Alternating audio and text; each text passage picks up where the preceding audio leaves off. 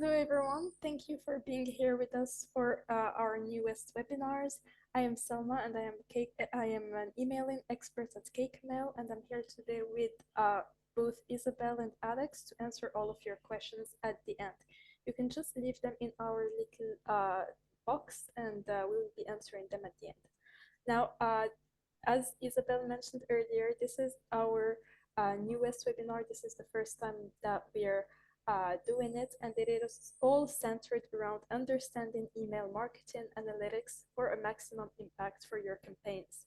Now, we'll be taking it a bit slow today because there is a lot of material to cover, but if you do have any questions, we'll be more than happy to answer them. Now, starting off, 2 seconds, I'm just gonna, yeah. So starting off, we'll start with some email marketing vocabulary that you need to have in mind, just to better understand what it is that we're actually talking about. What constitutes a good performance, a quick review of all the positive performance indicators, your list hygiene and all the negative data that you want to be looking out for, a calculation and limitation of these metrics, a review of each specific metric, your export data, and finally we're close enough with how to use all these data to optimize your performance. Now, right off the bat, we'll be starting off with one of the most important notions to have, and that would be your contact status. Now, your contact status essentially tells you if your contact is active, which means if they're receiving your campaigns or maybe they're not. So first off, you have an active status. As I said before, that's when the contact is actively receiving and interacting with your emails, meaning that they've opted in and they're interacting with your content. Unsubscribe, on the other hand, means that the contact has opted out from your mailing list. So they were previously subscribed, but now they no longer wish to receive any of your content. Your FVL, on the other hand, is a feedback loop, which essentially is a spam complaint that you really want to be looking out for, because that means the contact has submitted a spam complaint against you. Now, these are all notions that I'm going to be touching base on a little bit later as we go on, but I just want you to keep in mind just how important these are for your reputation and to ensure that you're making the most out of your emailing. Now, we've gone over active contacts, but just a quick warning, you need to watch out for all false active contacts. A contact can technically be marked as active even if they haven't interacted or opened your emails in a very, very long time. Now, in reality, that shows that they're inactive. Now, why is that important? It's important because it's telling us that this person is not opening your emails, they're not interacting with anything that you've sent them, and that can harm your performance long term if they decide that they wish to unsubscribe or if they wish to maybe report you as a spam complaint. So we recommend that you remove them altogether from your list so you're not accidentally sending to them and getting yourself blocked. Now, another concept that comes up very, very often would be your bounces. Now, what a bounce means is that your email is bouncing back, meaning that it hasn't gotten delivered. There are a few different reasons for it, but we like to make a quick distinction between two different kinds of bounces. First, you would have a hard bounce, which is when the email address is invalid, meaning that it's completely permanent, meaning that regardless of how many times you attempt sending to these addresses, your email will not get delivered. And this can be due to different factors, mainly maybe a typo in the email address, making it invalid. The address might have been deleted. It might have been valid at some point in time, but now it no longer is. So that's gonna bounce back. But overall, that's just any kind of reason that means the email address is no longer correct. The soft bounces, on the other hand, are temporary issues preventing email delivery, meaning that it is just in a specific point in time that your email is not getting delivered.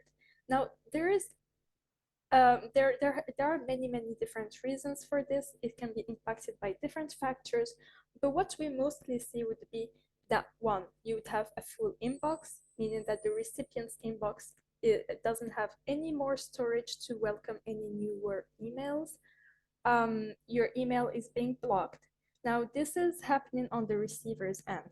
I'm going to try to break it down as simply as I can, but do not worry, we're going to be touching base on everything else a little bit later, and the demo will definitely help illustrate this a little better. But essentially what happens sometimes is your contact has a domain that blocks outside addresses. Say, for example, you're maybe reaching out to a list of contacts and all of them have company emails, then their emails can block outsider emails from landing in their inbox.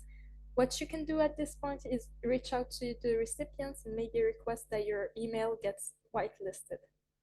A DNS failure is also one that comes up pretty often, and this essentially happens when an email isn't being delivered due to a temporary issue with the DNS of your recipient. The DNS essentially translates the domain names into IP addresses, and this is what makes them land in the inbox. Sometimes the system can get confused and your email unfortunately ends up bouncing back. Now, do not worry, this can sometimes be prevented, this can be fixed later on, it all depends. A quick mention though, email services like us, for example, will generally attempt delivery quite a few times before we announce that it is officially a hard bounce. With CakeMail, we like to do 4 consecutive send-in attempts, and once it bounces back after the 4th time, it is completely classified as a hard bounce. Now, why go into so many details? Because you need to be aware of bounces, because just like spam complaints, they can really badly impact and affect your reputation. Because bounces essentially signal that your emails aren't reaching valid addresses. And if this happens too often, it tells us that you're sending to outdated lists or invalid lists, which in turn really damages your reputation and leads to more and more emails being blocked, which is why we really recommend regularly cleaning out all of your hard bounces. Now, to lighten up a little, a few different metrics that you want to be looking out for, but the positive ones. Starting off with the open, it's pretty self-explanatory, but that would be the number of times an email was opened. Now, that can be influenced by different factors. We'll be touching base on this a little bit later, but I feel like that's a good moment to mention domain authentication and how domains not being authenticated can heavily impact your open rate. I'll be going a little bit more into the details afterwards, but just keep that one in mind. Your click, on the other hand, tells you the number of clicks on a link within your email. So in your campaign, you might have maybe a link that shows us to your website, a link that shows us to your Shopify. The click tells us how many people clicked on what link. Your click to open rate is the ratio between these two metrics. Now, these metrics are very important and interesting because they allow you to measure how good your campaign is doing. Was it successful? Was it not? Because a good number of open and clicks tells us that your campaign is doing great.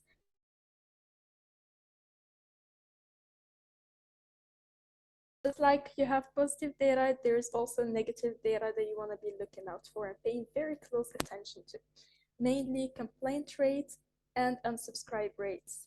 Now, the complaint rate is essentially the percentage of contacts who submitted a spam complaint against you, meaning that they've declared you are spam. Your unsubscribe rate is the percentage of people who unsubscribed after receiving your email. Now, you need to pay close attention to these two metrics because complaints and unsubscribe rates are both tied to laws like the Castle Law and GDPR, where you have to get the permission of your contact before you're sending out to them. And if these rates are a little too high, then it tells us you are perhaps not following all the consent guidelines, which can lead to penalties and restrictions. So just keep this in mind, and do not forget that all of this impacts your reputation as a sender. So make sure that you're keeping an eye on these metrics. Now, as I've talked about many times in our previous webinars, your list is your most valuable asset when it comes to email marketing, which is why it is crucial that you're keeping up with all kinds of performance metrics to make sure that it's being successful and the way it should be. So first off, you have your delivery rate. Your delivery rate is the percentage of emails successfully delivered. It happens that sometimes you perhaps be sending to a whole list, but you don't have 100% delivery, meaning that some emails bounced back. As we've mentioned earlier as well, your bounce rate, that's the percentage of undelivered emails related to a problem. We've talked about it earlier, but we'll be touching base on it as we go on. Just do not forget about hard bounces and soft bounces. Now, all of these indicators tell us that you need to be ensuring only relevant and up-to-date addresses are added into your list to improve both your delivery and to lower your bounce rates. Now, for your content performance, on the other hand, you'd be looking at your open and click rates. We've talked about opens earlier, but your open rate is the percentage of emails opened compared to the total of number of delivered emails. Say, for example, you have 100 successfully delivered emails, maybe only 30 people out of these 100 opened it. Your click rate tells you the percentage of recipients who clicked on a link within your email compared to the total of number of delivered emails. So this tells you how many people of the ones who received your campaign actually clicked on your links. Now, this tells you just how engaged and interested your recipients are in the content you're sending them. And this is data we're gonna be able to leverage in the future for our incoming campaigns. Just like your list, your links are also performing. So we have a few indicators to help us pinpoint what means what. Your click performance by URL is a quick comparison between the number of clicks on each link in the emails. So assuming you have different links within your emails, maybe you have your blog, a link to your blog, maybe you have a link to your Shopify again, it tells us how they're comparing between the two. Are they clicking more on your on your blog link? Are they clicking more on your Shopify? It tells us which one is more relevant. Your heat map is a visual representation of where was most clicked in your email. Now, analyzing these two metrics help you see both which links drive engagement, and the heat map really visually highlights the most clicked areas in your email. This reveals what data grabs the most attention within your email, and it is crucial for optimizing all your future campaigns. It essentially tells us what your contacts are looking at and what they're clicking on. Now, I know this all sounds too confusing, and you're probably wondering what this all represents. Do not worry, we're getting on that progressively, but what is a good performance exactly? When it comes to a good open rate, we would generally aim for at least 20% as a general benchmark. So say you're sending to 100 people, if you have a 100% delivery, 20% opening it is already considered good. But this heavily depends on your industry, the type of content you're sending, and just how engaged your audience is to your content. For example, maybe if you're working in retail, then you might be seeing higher open rates. This all depends, whereas maybe B2B typically has lower rates. Again, there are different factors that influence it. For example, factors like having an authenticated domain and the sending timing can all greatly impact it. Now, for a good click rate, anywhere between 2% to 5% is considered good. And again, here, this is influenced by different factors. For example, how many calls to action you might have in your campaign. Maybe if you have a button, then that's more likely to be clicked on than if you didn't. Now, you also have a few rates that you want to be looking out for, like your complaint rate, hard bounce, and your unsubscribe. So for your complaint rate, we highly recommend keeping it under 0.1%. And for your hard bounce and unsubscribe, that would be less than 1% to maintain a good, proper list. Now, this just shows us how crucial it is to have a good, to have permission from your contacts, because engaging with interested recipients is absolutely vital to your emailing campaigns. A high complaint or hard bounce and subscribe rates only hurt your reputation long term and your email deliverability as a whole. Now, fortunately, what we do at CakeMail is that we help you by automatically clearing all of these contacts from your list. So we prevent you from accidentally sending a note to them again and hurting your reputation. So do not worry about that. We will be going over the details a little bit later on. Now, this is a quick little illustration of every metric, of the metrics that we've been going over. We're giving you their calculation and limits. Now, this will be shared with you later on, so I'm just going to brush over it very quickly. But I want to quickly grab your attention towards our tracking pixel, which you need to keep in mind. A tracking pixel is a tiny image that is generated and loaded when the email is opened. This is how we can tell that an email has been viewed.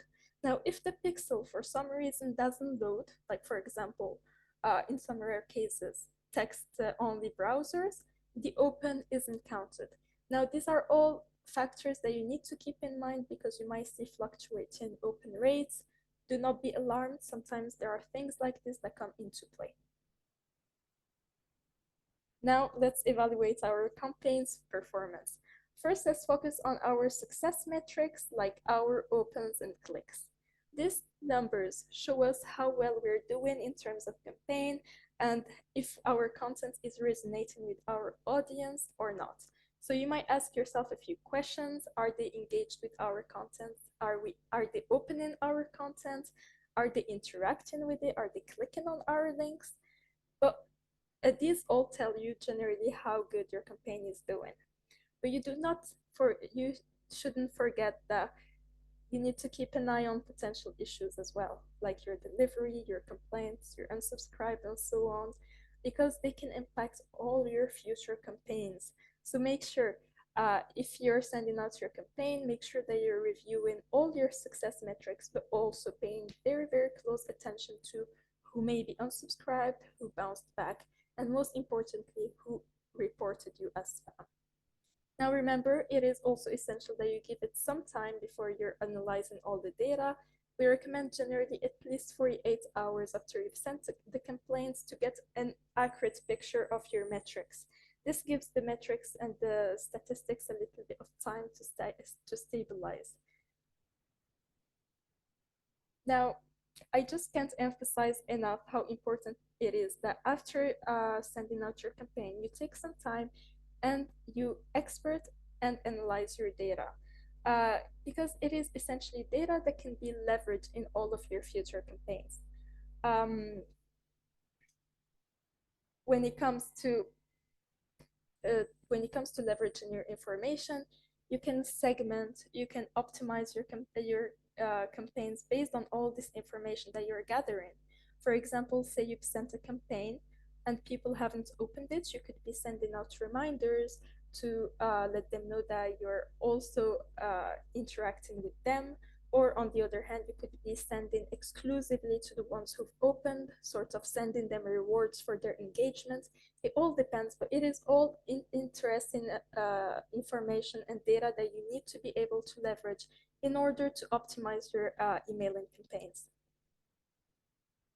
Now that we've gone over all the theoretical aspects, we're just going to jump in and I'm going to show you what these mean in-app.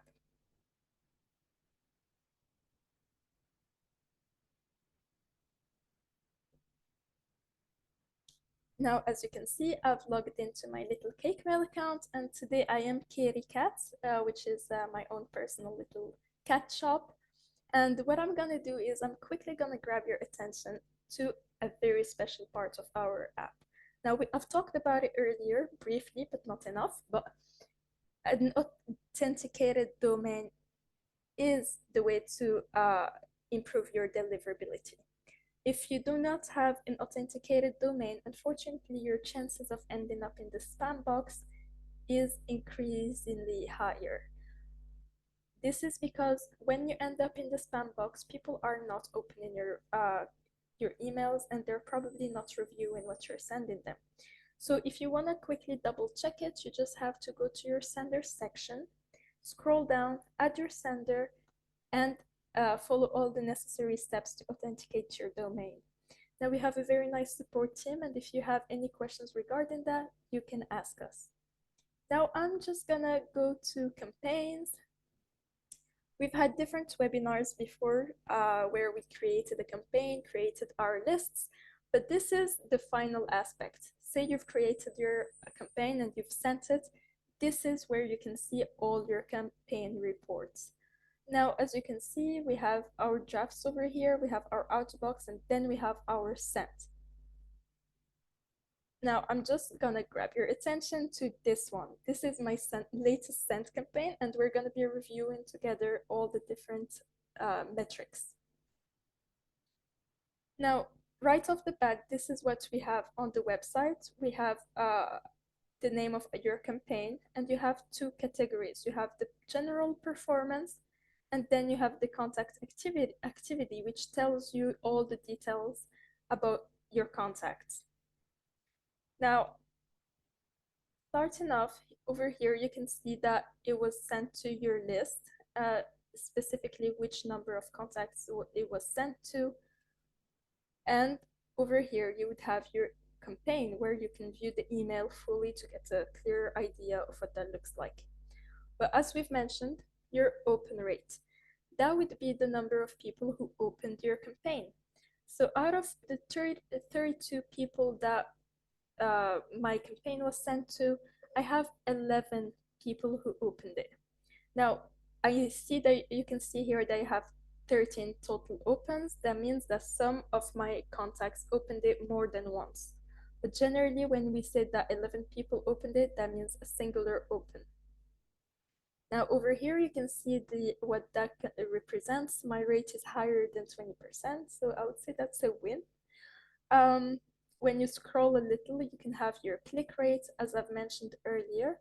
That's the people who have clicked on any link in this campaign. So I have 3% clicks, meaning that only 1% of all my contacts clicked on the link. Now, that can tell you something about how your links are doing in your platform. Maybe I should be enhancing them with calls to actions. It all depends. So as you scroll down, you have more and more interesting things that you can look at, like for example, my click performance by URL. Over here, for example, we can see that this link that I have in my campaign has generated 1 click. The other 2 have generated no clicks, and if I click on this little button, that gives me a little heat map to look at. Now, I've talked about it earlier, but a heat map, just like its name says, suggests, tells you where people clicked most. As you can see, I'm scrolling down and I'm seeing that this little call to action is generating clicks and attraction. And as I scroll down, I can see that my other ones are not. So this is good information to have because it allows you to leverage this in the future. It tells you where your reader's attention is, and you can leverage it in the future to reinforce your campaigns. Now, naturally, if I wanted the details on my links to see specifically who clicked, I could easily click on here and I can see who clicked on it. So I'm gonna scroll back down and I am on my clicks per unique opens, meaning that out of all the people I've sent to, 9.09% of people in my audience both opened my campaign and engaged by clicking on a link, meaning that they did not just open it, they opened it and clicked and interacted with it. This is very good information to leverage because it tells you who is interested in your content and maybe who's interacting the most. Again, we talk about it all the time, but the quality of your list is having people who are engaged with your content, who actively want to receive what you have to send them. So just good information to keep in mind. Over here, we have our unsubscribe rate. We have a 6% rate, which tells me 2 people unsubscribed from my emailing, meaning that these people no longer want to receive my campaigns. This is good information to have just to make sure that I'm removing them from all my lists. So say, for example, you have an outside Excel folder, you can remove them from that one because you don't want to accidentally re-import them into another list or into another service. Over here, you have your spam reports. Now, luckily, no one reported me as spam, but if they did, I could see them over here and I could click again to see the details of who reported me as spam. As we scroll down a little bit more, we have our delivery rate. So as you can see, it was delivered to 93% of my audience. I have a total of 32 people in my contact list, but as you can see, 2 of them bounced back. Now, by scrolling a little further down, I can see that they are hard bounces, meaning that the addresses were not valid and that it couldn't get delivered to them. Now, by clicking on here, I can see the details of who bounced back. As you can see, that's a hard bounce, and it's likely due to a formatting issue, meaning that there was a typo somewhere, maybe an extra accent, something of the sorts. Now, as I scroll down, you have this little spectrum which tells you here the hard bounces and here the soft bounces. Now, luckily, I do not have soft bounces, but generally it is a quick fix. Over here, there's a very nice explanation that tells you just how many times we will be sending it before classifying it as a hard bounce. Now that we've covered all of this performance page, I'm just gonna quickly grab your attention to the contact activity because this shows you all the details of specifically what you want to be looking at. So over here, we can see that it was sent to 32 people, which are all the people in my list. Here you can have all the details. You can click on them to get to their list. You can click on different aspects. I'm just going to be covering everything quickly, but this shows you who it was sent to on the specific date it was. Over here, you have the opened. Now, on the opened, you have, again, the addresses of the people who opened your email. Over here, I have 11 people, and you can see the occurrences. Now, the occurrences are the numbers of times someone has opened your email. So someone might have opened your email only once, but another person might have opened them twice, 3 times. It depends. Now you need to watch out because sometimes there are apps running in the background that keep clicking and clicking or opening your emails. So you might see some very, very high numbers of occurrences. This depends. But essentially, this gives you the IP, the browser, everything you want to be looking at. Also your device, so you can tell which people are using mobile and which people are using their laptop more. It depends. Over here, you have your clicks. So just like the previous one, it tells you all the details you want to know about. Here you have your unsubscribe. Also very important information to be looking for. You're flagged as spam. Now, I cannot mention just how important it is to review these 2 very carefully because this heavily impacts your reputation as a sender.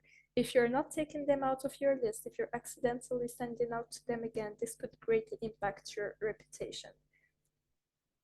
Here I can see again that these bounced, and once you've reviewed everything, you can just review the whole information you have on them. So in total, I have 146 activities. Here I have that it was generated, queued. What this means, when you have a status that shows queued, that means that it's processing the sending. When it's registered as generation, then that means that it has been delivered and sent. If it wasn't otherwise, you would be able to see that it has bounced back, and you could see the reason why next to it. For example, here I can see that it has a hard bounce.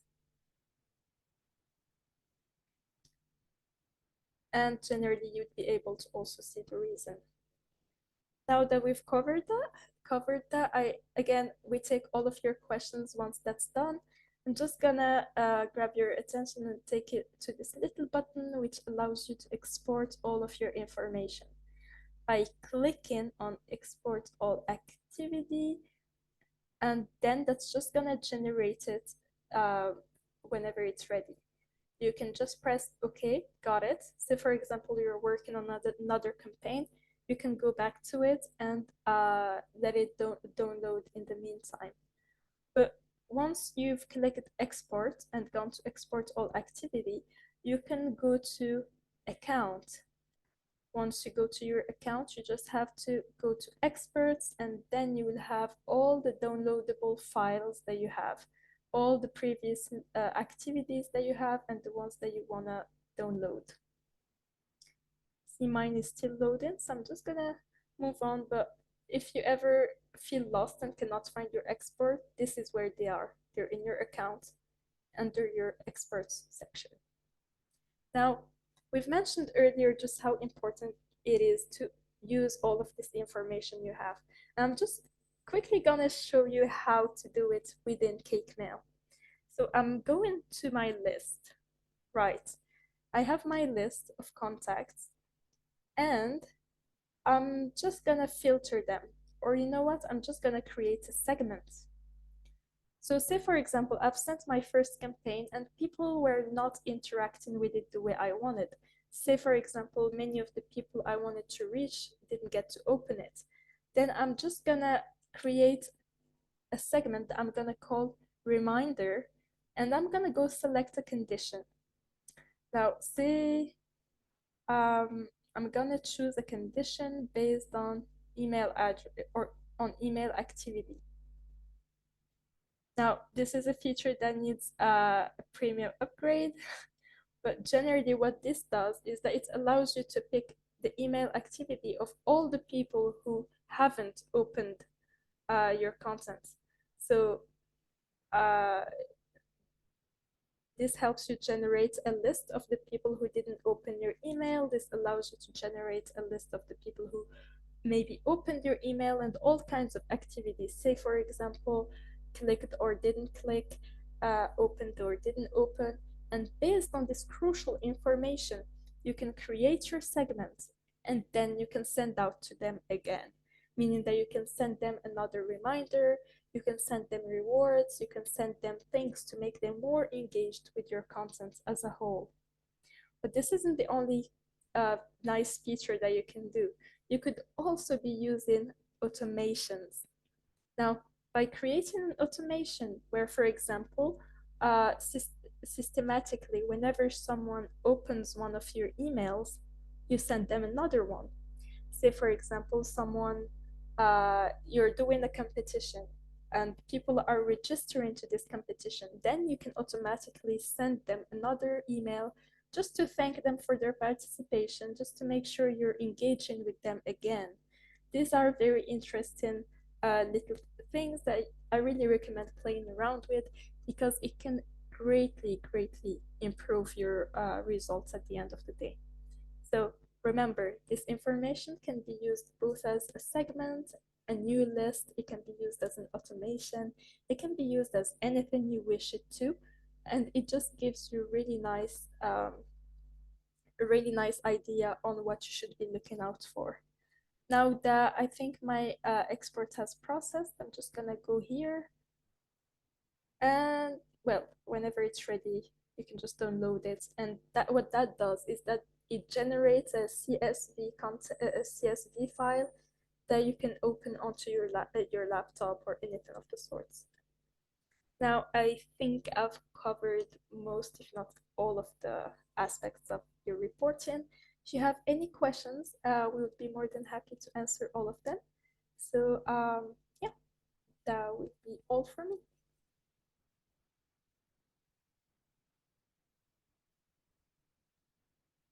Thanks a lot, Selma. So we'll look at the question. I don't know if you have on your side. I don't see any questions. So if people, you have questions, just feel free to type them in the webinar. So I will just stop the not the registration, the recording, and I will take the question.